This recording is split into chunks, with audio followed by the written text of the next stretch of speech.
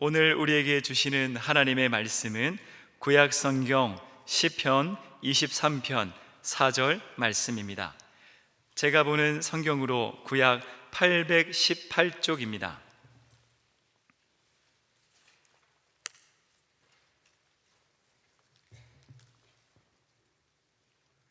함께 봉독하겠습니다. 내가 사망의 음침한 골짜기로 다닐지라도 해를 두려워하지 않을 것은 주께서 나와 함께 하심이라. 주의 지팡이와 막대기가 나를 안위하시나이다. 아멘. 1914년 영국 탐험가 어니스트 셰클던이 그의 동료들을 데리고 인내호라는 배를 타고 남극으로 향했습니다. 이 탐험대의 목표는 남극을 도보로 횡단하는 것이었습니다.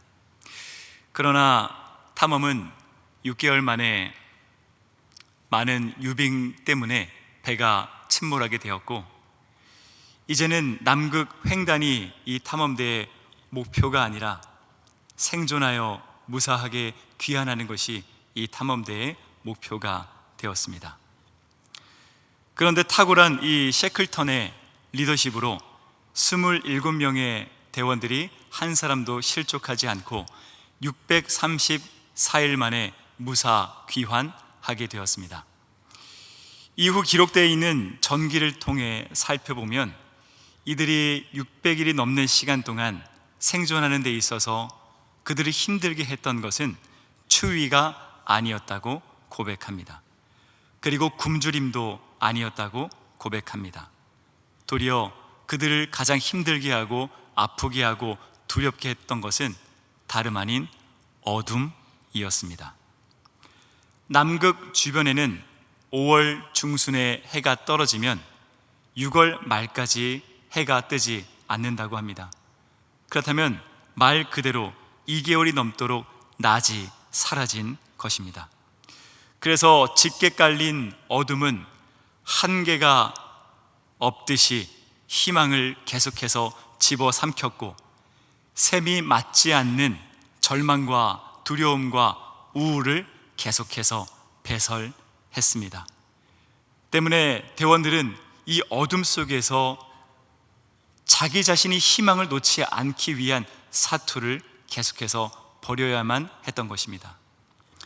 사랑하는 여러분, 믿음은 하나님을 보는 것입니다. 믿음은 하나님을 향한 그 시선을 놓치지 않는 것입니다. 시편 84편 11절을 보면 시편 기자는 하나님을 향해서 태양이시다 라고 고백합니다. 그렇습니다. 신자는 태양이신 하나님만 바라보는 존재들입니다. 그러면 신자들이 늘 태양이신 하나님께 시선을 놓치지 않는다면 신자의 삶엔 어둠이란 있을 수 없습니다. 밤이란 개념조차 존재할 수 없습니다.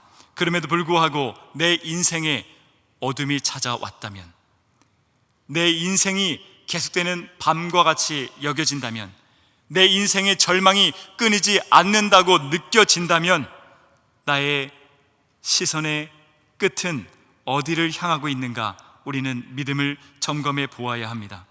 그리고 다시 나의 믿음의 시선을 태양이신 하나님께 돌려야 합니다. 그러면 우리 하나님은 내 발의 등이요 내 길의 빛이 되셔서 완전하시고 온전하신 하나님의 말씀으로 우리를 소망의 낮으로 인도해 주십니다.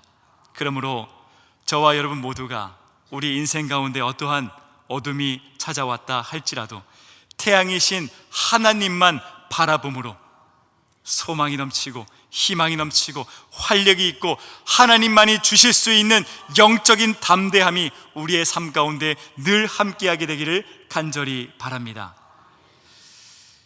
다윗은 하나님이 나의 목자가 되어 주신다면 나는 부족함이 없는 충만한 만족과 은혜와 쉼을 누릴 수 있다, 그는 고백하였습니다.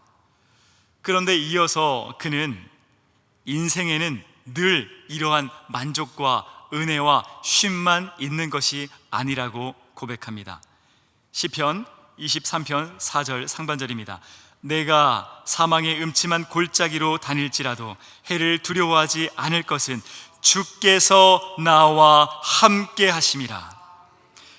인생은 반드시 사망의 음침한 골짜기를 만날 때가 있다는 말씀입니다. 여기서 말씀하는 음침한 골짜기는 영어 성경 NIV 성경을 보면 The Darkest Valley라고 말하고 있습니다. 그 말은 뭡니까? 이 세상 가장 어두운 계곡이라는 뜻입니다. 한 치 앞도 볼 수 없는 어두컴컴한 절망의 계곡을 뜻합니다. 이는 인생에 찾아오는 숨막히는 위기, 절망적인 질병, 깊고 깊은 우울, 나의 영혼이 조각날 것만 같은, 나의 영혼이 부서질 것만 같은 절망, 망연자실케 하는 좌절의 계곡을 뜻한다고 말할 수 있습니다.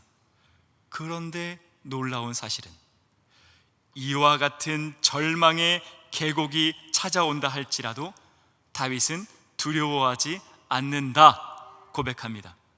비록 인간이기 때문에 어쩔 수 없는 자동적인 감정으로 두려움을 느낄 수 있다 할지라도 나는 그것을 뛰어넘는 무엇이 있다고 다윗은 고백하고 있습니다. 그리고 그 이유를 무엇이라고 고백하고 있습니까? 바로 나의 주께서 나와 함께 하심이라.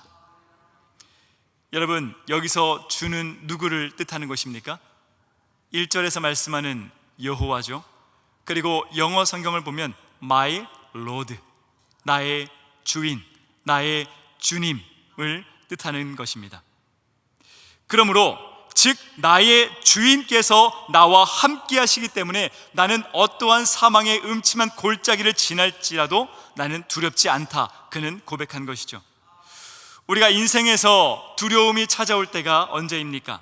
나의 것을 잃어버릴 것만 같은 위기가 찾아올 때입니다. 나의 소중한 건강, 나의 소중한 재산, 나의 소중한 자녀, 나의 소중한 직장, 나의 소중한 생명을 잃어버릴 것만 같은 위기가 찾아왔을 때 우리는 두려움을 느낍니다. 그러나 우리는 타인의 것을 잃어버리려고 할 때 우리는 두려움을 느끼지 않습니다. 비록 그를 사랑하기 때문에 안타까운 마음을 내가 가질 수는 있지만 두려움의 감정에까지는 이르지 않습니다. 왜? 타인의 것은 타인에게 소유권이 있기 때문입니다. 나에게 소유권이 없기 때문에 두려움 역시 나의 소유가 아니라는 것이죠.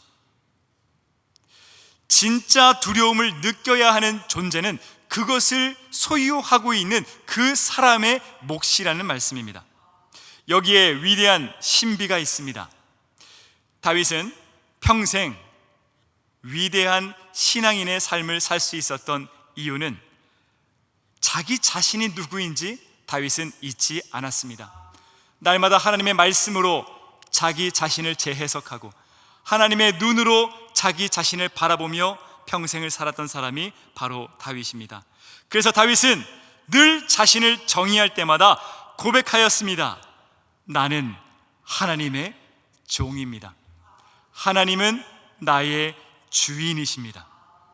나의 생명, 나의 지위, 나의 재산, 나의 자녀, 나의 미래, 나의 꿈, 나의 것이 아니라 하나님의 것입니다 라는 그 고백이 다윗의 삶에 끊이지 않았다는 것이죠. 그러니 다윗은 자신의 아들 압살롬이 자신의 생명을 해하고자 하는 그 시해 의도로 인해서 성에서 쫓겨나 망연자실하며 걷는 그 순간 속에서도 그는 결코 낭망하지 않았습니다. 그는 생명의 위협을 느꼈습니다. 직장을 잃었습니다. 재산을 잃었습니다. 가족을 잃었습니다. 미래를 잃었습니다. 꿈을 잃었습니다. 말 그대로 사망의 음침한 골짜기를 다윗은 걷고 있었습니다. 그는 그러나 이렇게 고백합니다. 사무엘하 15장 25절 26절 메시지 성경으로 읽어드리겠습니다. 만일 내가 다시 하나님의 선하신 은혜를 입으면 그분께서 나를 데려오셔서 괴가 있던 곳을 다시 보게 하실 것입니다. 그러나 그분께서 내가 너를 기뻐하지 않는다고 말씀하시면 그때는 무엇이든 그분의 뜻대로 내게 행하셔도 좋습니다. 내 생명의 주인이신 하나님께서 나를 살리시기 원한다면 나는 반드시 살 것이다. 그러나 나의 주인이신 하나님께서 내가 살기를 기뻐하지 않으신다면, 내가 죽기를 바라신다면 나는 반드시 죽게 될 것이다. 그는 고백한 것입니다. 나는 그저 내 생명의 주인 앞에 그저 하나님, 나는 하나님의 종입니다. 그러니 주인님의 뜻대로 내게 행하시옵소서.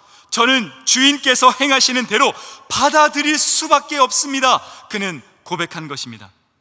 여러분, 이 얼마나 담대한 고백입니까? 이것은 바로 전적으로 하나님께, 나의 주인께 모든 것을 맡겨드린 자의 신앙 고백입니다. 그러니 다윗은 어떠한 사망의 음침한 골짜기를 지날지라도 두렵지 않았던 것입니다. 내 생명, 내 것이 아니라 하나님의 것임을 그는 잊지 않았기 때문이죠. 사랑하는 여러분, 예수 믿는 것이 무엇입니까? 내가 예수 믿는다라고 하는 것은, 내가 예수님을 주님이라고 고백하는 것은, 하나님은 나의 주인이십니다. 나는 하나님의 종입니다. 나의 모든 소유권 나에게 있는 것이 아니라 하나님께 있습니다 라는 고백입니다. 그러므로 나의 생명, 나의 직장, 나의 자녀, 나의 가족, 나의 미래, 나의 꿈 다 예수님의 것입니다. 나는 그저 예수님의 것을 잠시 맡아 지키는 청지기일 뿐입니다 라는 고백이 바로 예수 믿는 것입니다. 영국의 종교개혁가인 존 웨슬리 목사님이 여느 때와 같이 복음을 증거하고 있었습니다. 그런데 저 멀리서 한 성도님이 이 웨슬리 목사님을 향해서 혼이 빠지게 뛰어오고 있었습니다. 그리고 그는 목사님에게 이렇게 말했습니다. 목사님, 큰일입니다. 목사님 집에 큰 불이 났습니다. 그러자 존 웨슬리 목사님은 아무렇지도 않은 듯 태연하게 이렇게 말했습니다. 아, 주님의 집이 타버렸구나. 나는 이제 한 가지 책임을 덜었군. 사랑하는 여러분, 이것이 바로 예수 믿는 것입니다. 이것이 바로 예수님을 향해서 주님이라고 고백하는 신앙입니다. 그러니 존 웨슬리 목사님은 자신이 소유하고 있는 집과 재산이 불탔을 때 그것은 나의 소유가 아니니 예수님의 것이니 내 손해가 아니라 예수님의 손해라고 하는 그 사실을 그는 믿음으로 고백한 것입니다. 나는 그저 그분의 것을 잠시 맡아 지키는 청지기이니 집이 불탄다 할지라도 그는 두려워하지 않고 도리어 책임을 덜게 되었다 기쁨으로 말한 것입니다. 사랑하는 여러분, 당신은 누구의 것입니까? 당신의 생명은 누구의 것입니까? 당신의 자녀는 누구의 것입니까? 당신의 재산, 당신의 직장, 당신의 미래, 당신의 꿈 누구의 것입니까? 내 것입니까? 그러면 우리는 날마다 인생에 찾아오는 수많은 사망의 음침한 골짜기 앞에 두려워 떨며 무서워 벌벌 떨게 될 것입니다. 손해를 입을까봐 전전긍긍하며 아파할 것입니다. 그러나 내 모든 것의 주인은 내가 아니라 하나님이심을 우리가 고백한다면, 나의 모든 것의 소유권은 나에게 있는 것이 아니라 나의 주인이신 하나님께 있음을 우리가 고백하고 믿는다면 우리는 어떠한 사망의 음침한 골짜기를 지난다 할지라도 두려워하지 않을 수 있습니다. 왜냐하면 나의 모든 것의 주인이신 하나님께서 걱정하실 일이고 그 주인께서 가장 기뻐하신 길로, 가장 좋은 길로 인도하실 것이기 때문입니다. 여러분, 이 담대함이 있기를 간절히 바랍니다. 그래서 전적으로 모든 소유권을 하나님께 맡겨드림으로 내 삶에 질병의 어둠이, 실패의 어둠이, 상실의 어둠이, 우울의 어둠이, 실직의 어둠이, 죽음의 어둠이 불어 닥친다고 하여도 이렇게 고백하십시오. 내가 사망의 음침한 골짜기로 다닐지라도 해를 두려워하지 않을 것은 나의 모든 것의 주인께서 나와 늘 함께 하시기 때문이라. 그러므로 세상의 말씀을 창조하신, 지금도 전지하시고 전능하신 오른손으로 세상을 다스리시고 나의 인생을 다스리시고 계신 그 주인과 늘 함께함으로 어떠한 사망의 음침한 골짜기 앞에서도 담대하고 강건한 인생을 살아가는 저와 여러분들이 다 되시기를 간절히 바랍니다. 사망의 음침한 골짜기는 히브리어로 찰마웨트라고 합니다. 그 뜻은 무덤, 죽음의 그늘이라는 뜻입니다. 여러분, 무덤이 무엇입니까? 생명이 없는 것입니다. 더는 미래도 희망도 소망도 없는 것입니다. 모든 것이 끝, 종결되었다는 뜻입니다. 그래서 어떠한 미래도, 어떠한 희망도, 어떠한 소망도, 모든 것이 다 끝난 것이 무덤입니다. 그런데 다윗은 이 무덤이 나에게 찾아온다 할지라도 그는 여전히 두려워하지 않을 것이다 라고 고백합니다. 그 이유가 무엇입니까? 주께서 나와 함께 하심이라. 미래가 보이지 않아도 미래이신 하나님이, 희망이 보이지 않아도 희망이신 하나님이, 소망이 보이지 않아도 소망이신 하나님이, 내가 어떠한 어둠 가운데 놓여 있다 할지라도 빛이신 하나님이 나와 함께 하시기 때문에, 그분이 나를 떠나지 아니하시고 나를 지키시기 때문에 나는 두려워할 수 없다, 두려워할 필요가 없다, 그는 고백한 것입니다.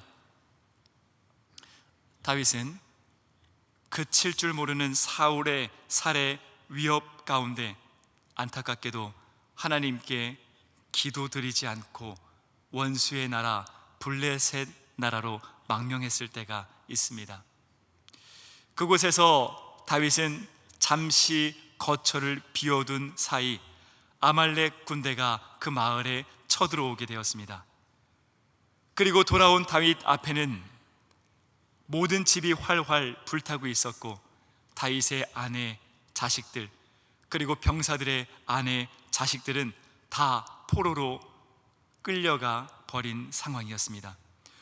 그렇게 집이 활활 불타고 있는 그 가운데 부모와 아내와 자식을 잃어버린 병사들은 어디로도 배출할 수 없는 이 원망을 블레셋으로 망명을 선택한 다윗을 향해서 모두 쏟아내게 됩니다.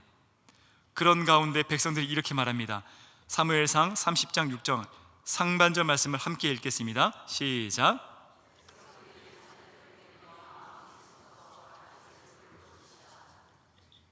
다윗은 지금 집을 잃고 재산을 잃고 가정을 잃고 아내를 잃고 자식을 잃고 생명을 등졌던 동료들에게까지 배신을 당했습니다. 말 그대로 다윗은 지금 눈 앞이 캄캄한 무덤과 같은 순간을 보내고 있었습니다.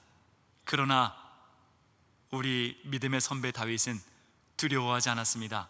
이렇게 그는 고백하였습니다. 함께 읽어볼까요? 사무엘상 30장 6절 하반절 말씀입니다. 함께 읽겠습니다. 시작.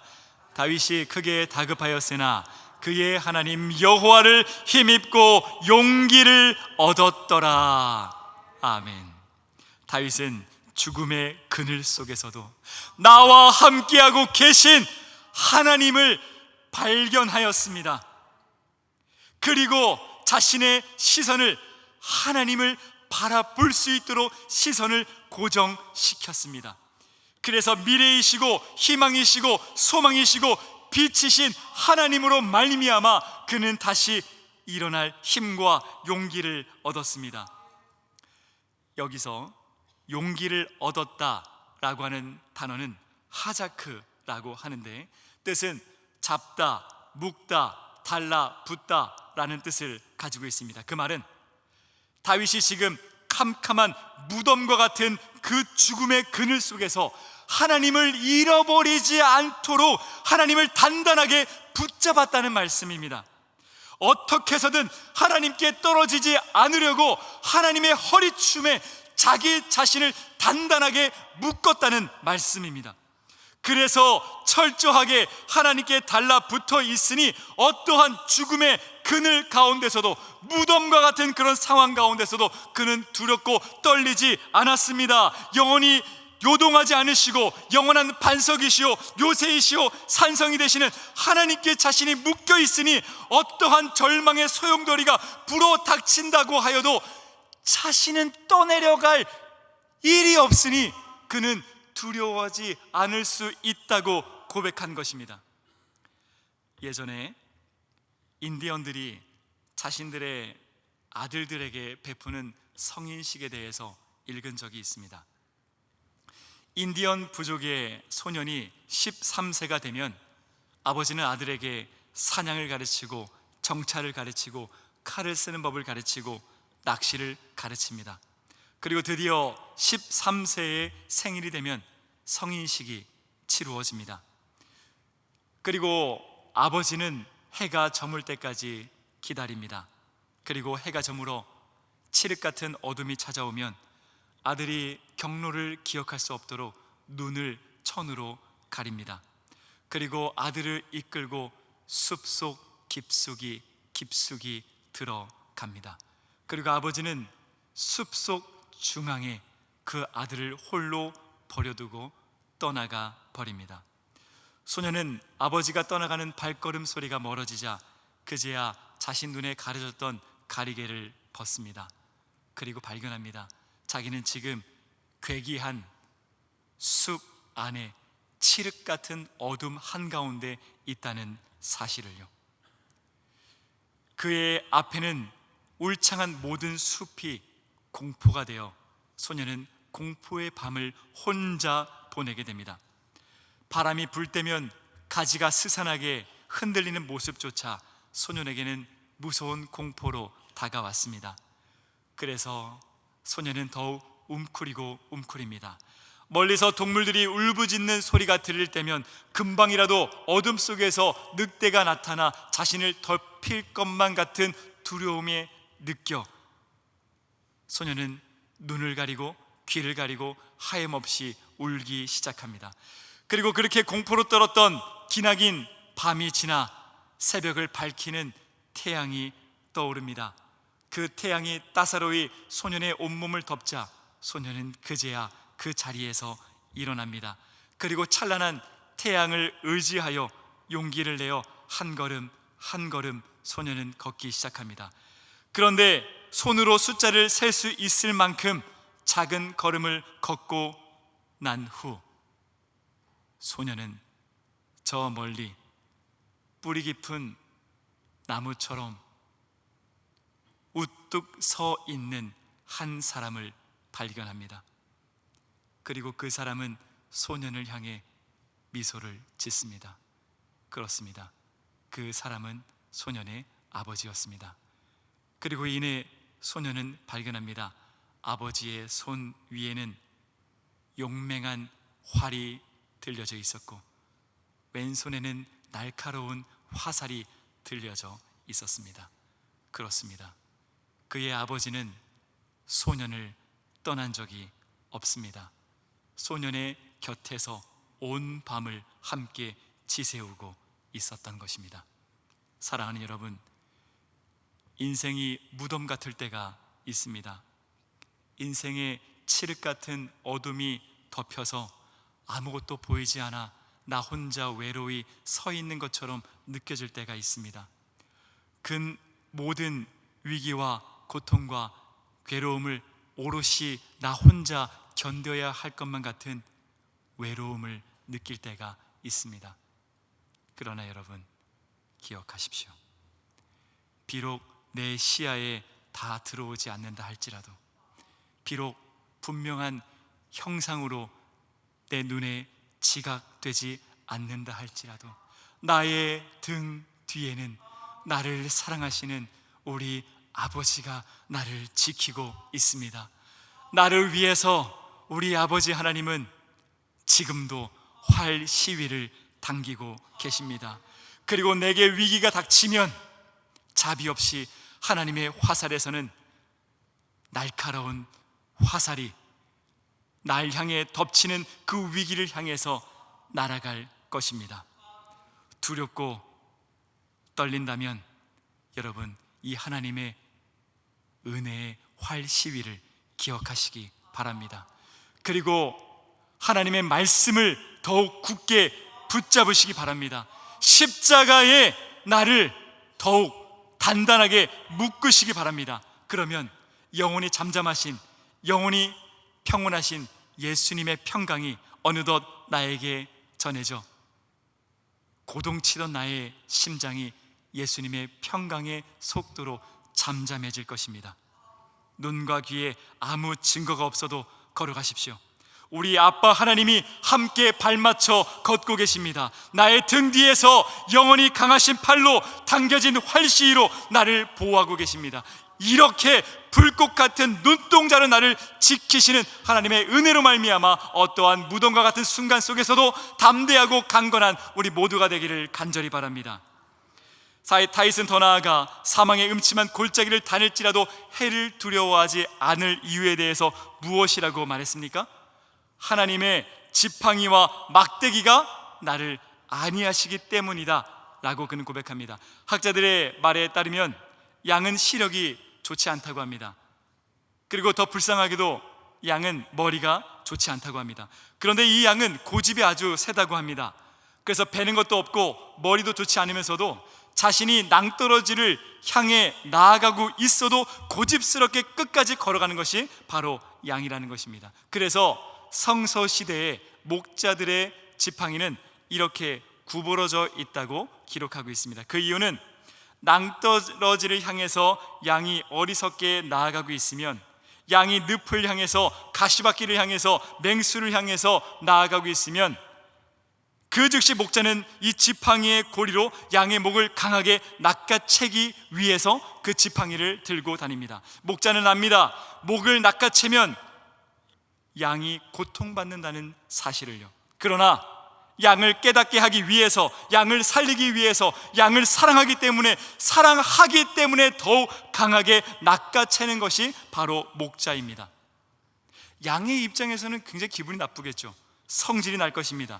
목이 낚여서 고통스럽습니다. 더 고통스러운 것은 자신이 목표하고 자신이 바라던 그곳으로 나아가지 못했다라는 그 사실에 목자를 원망하고 실망할 것입니다. 그러나 그 고통은 자기 자신을 살리는 고통입니다. 구원하는 고통입니다. 값진 고통입니다. 은혜의 고통입니다.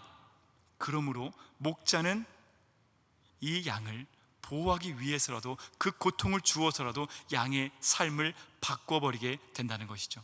그러므로 다윗은 여호와께서 목자가 되셔서 그 지팡이로 나를 안위하시기 때문에 나는 두려워하지 않는다라고 고백하는 것입니다. 왜냐하면 내가 비록 사망의 음침한 골짜기에 떨어질 것만 같은 그 위기의 순간에 맞닥뜨린다 할지라도 하나님은 나를 사랑하시기 때문에, 하나님이 나를 지키시기 때문에 고통을 주어서라도, 실패를 주어서라도, 아픔을 주어서라도, 슬픔을 주어서라도, 낭망을 주어서라도 나를 낚아채사 그 모든 사망의 음침한 골짜기에서 나를 건지실 것을 다윗은 믿었기 때문입니다.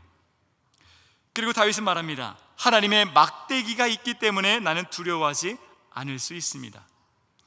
목자의 막대기는 목자의 무기와 같습니다. 기사의 검과 같고, 기사의 몽치와 같고, 군인의 총과 같습니다. 그래서 목자는 자신이 사랑하는 이 양을 지키기 위해 맹수가 그 양을 공격하려 한다면 그 무시무시한 그 지팡이를 들어서 그 맹수를 내려침으로 말미암아 그 양을 지키는 것이 바로 목자의 지팡이라고 말할 수 있습니다. 그러니 다윗은 내 인생에 어떠한 위기의 짐승이, 고난의 짐승이 원수가 나를 잡아먹기 위해서 공격한다 할지라도 하나님의 무시무시한 막대기가 나를 안위하시기 때문에 나는 두려워하지 않을 수 있다. 그는 고백한 것입니다. 저희 집에 가면 신발장에 쌍절곤이 있습니다. 제가 청년 시절에 격투기를 배우면서 이 쌍절곤을 배웠습니다. 그런데 왜 이 쌍절곤을 신발장 위에 올려놓았을까요? TV에서 보는 것처럼 갑자기 도적이 집을 침범을 하면 가장 빨리 이 쌍절곤을 꺼내서 그 도적에게 홍구멍을 내서 쫓아내기 위해 신발장에 놓았습니다. 저는 확신하건대 제 아내는 저의 쌍절곤으로 인해 아주 든든했을 것이라 저는 믿어 의심치 않습니다.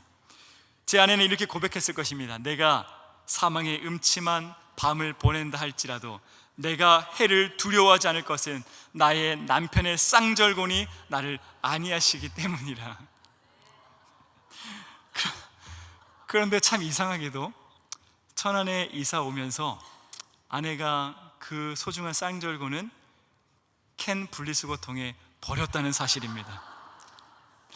그래서 저는 이윽고 생각합니다. 아마 제 아내의 믿음이 이 천안에 오면, 천안중앙교회에 오면서 아주 믿음이 많이 성장한 것 같습니다. 사랑하는 여러분, 목사의 쌍절곤으로도 아내가 두려워하지 않는 이 안심을 누렸다면 세상보다 크신 우리 하나님, 홍해를 콧김으로 가르신 우리 하나님께서 나를 막대기로, 나를 쌍절곤으로 보호해 주신다면, 어떠한 절망의 짐승이 나를 삼키기 위해서 침을 질질 흘리고 있다 할지라도 나를 지키시기 위해 하나님께서 자비 없이 그 막대기를 휘두르신다면, 낮의 해가 밤의 달이 나를 녹인다 할지라도 우리가 어찌 두려워할 수 있겠습니까? 우리 하나님이 그 어떠한 맹수보다도 크신 막대기로 나를 보호하신다는 그 사실을 기억하시기 바랍니다. 사랑하는 여러분, 인생의 무서운 위기가 닥쳐도 두려워하지 마십시오. 내가 절벽 앞에 있다 할지라도 두려워하지 마십시오. 실패가 나를 삼킬 것 같은 고통이 온다 할지라도 두려워하지 마십시오. 내가 늪에 빠져 두 발이 묶였다 할지라도 두려워하지 마십시오. 나를 포기할 줄 모르는 우리 하나님께서 하나님의 지팡이로 나를 낚아채사 어떠한 위기 가운데서 나를 보호하시고 건져내 주실 것입니다.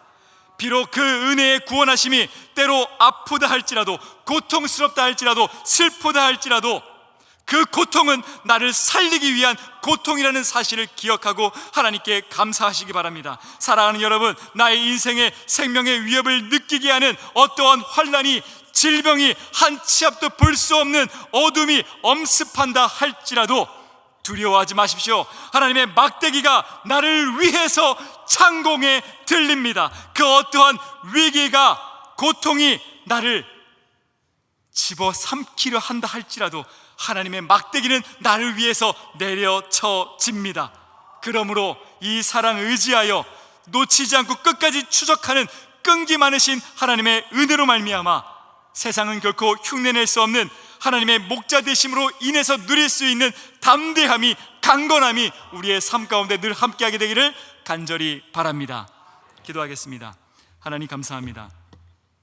우리의 삶에 참으로 많은 위기가 엄습할 때가 있습니다. 그러나 내가 진정 누구인지 잊지 않게 하여 주시옵소서. 나는 하나님의 자녀입니다. 나는 하나님의 종입니다. 하나님은 나의 주인입니다. 그러므로 여호와는 나의 목자시니 내가 두려워하지 않습니다. 그 고백이 우리의 삶 가운데 늘 함께할 수 있도록 우리에게 믿음을 더하여 주시옵소서. 감사드리오며 사랑하는 우리 주 예수 그리스도의 이름으로 기도드리옵나이다. 아멘.